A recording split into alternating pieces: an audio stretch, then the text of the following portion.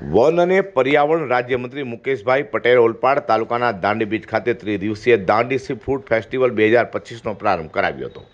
Festival 21થી 23 ફેબ્રુઆરી સુધી ચાલનારા ફેસ્ટિવલમાં સી ફૂડ એટલે કે સમુદ્રી વાનગીઓના કુલ 45 સ્ટોલ ઊભા કર્યા છે। આ પ્રસંગે વનમંત્રી મુકેશ પટેલે જણાવ્યું હતું કે સામાન્ય રીતે દરિયા કિનારાઓ પર વિવિધ પ્રકારના ફેસ્ટિવલ યોજાતા હોય છે, પરંતુ સી ફૂડ ફેસ્ટિવલનું પહેલીવાર આયોજન કરવું એક મહત્વપૂર્ણ પગલું છે। ગુજરાતના પ્રથમ વખત દાંડી ગામના બીચ પર આ પરંપરા શરૂ થઈ રહી છે। વધુમાં તેમણે કહ્યું કે દરિયાકાંઠા પર વસવાટ કરનારા લોકોના જીવન અને રોજગાર માટે દરિયો મહત્વપૂર્ણ ભૂમિકા ભજવે છે।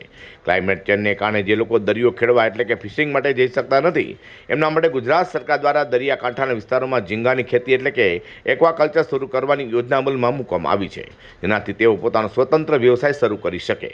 વડાપ્રધાન નરેન્દ્ર મોદીએ મત્સ્યોદ્યોગ માટે એક સ્વતંત્ર મંત્રાલયની સ્થાપના કરી છે, તેનો ઉલ્લેખ કરતા તેમણે કહ્યું કે આ વિભાગ માછીમારોના હિતમાં કાર્યરત છે।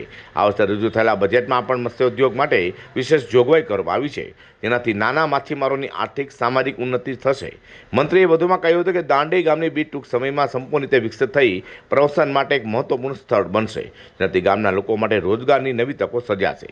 સાગર ખેડૂતો અને સ્વરોજગારીની તકો વધારવા માટે પણ સરકાર પ્રયત્નશીલ હોવાનું જણાવ્યું હતું। ઓલપાડ તાલુકાના દાંડી ગામે ગુજરાતમાં પહેલીવાર સી ફૂડ ફેસ્ટિવલ થઈ રહ્યો છે।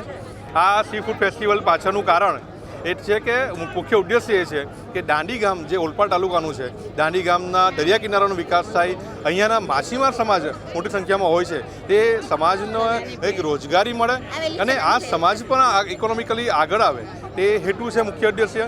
અને આ દાંડી જે બીચ છે તે સુરતીઓને એક નવું નજરાણું મળે, સહેલાણીઓ માટે એક નવું સ્થળ મળે, પ્રવાસન સ્થળ, તે મુખ્ય ઉદ્દેશ્ય છે। જેના કારણે Surat aquaculture farmers producer organisation દ્વારા આજે આ કાર્યક્રમ યોજવામાં આવ્યો છે। આ કાર્યક્રમ 21, 22, 23 3 દિવસ થવાનો છે અને ખાસ વિશેષમાં એ વાત છે કે 3 દિવસમાં પ્રથમવાર એર પેરામોટર શો અહીંયા થઈ રહ્યો છે અને પેરાગ્લાઇડિંગ પણ અહીંયા થઈ રહ્યું છે।